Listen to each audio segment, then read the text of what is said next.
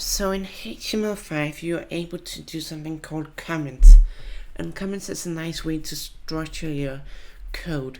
It is invisible for the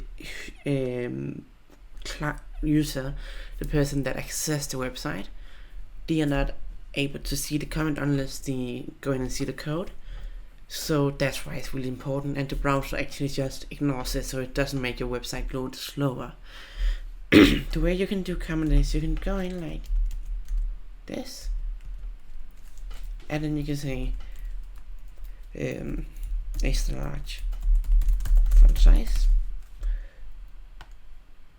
and we can go in like this and put in a couple of lines here just to show you can do more than one line.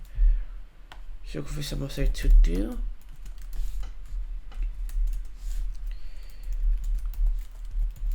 add more text.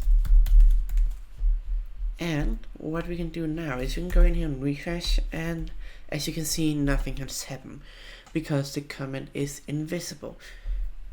It is in the file, but it's not going to be shown, which is really important to keep a good structure of your code. So that's all for this video. Thank you very much for watching. See you in the next one.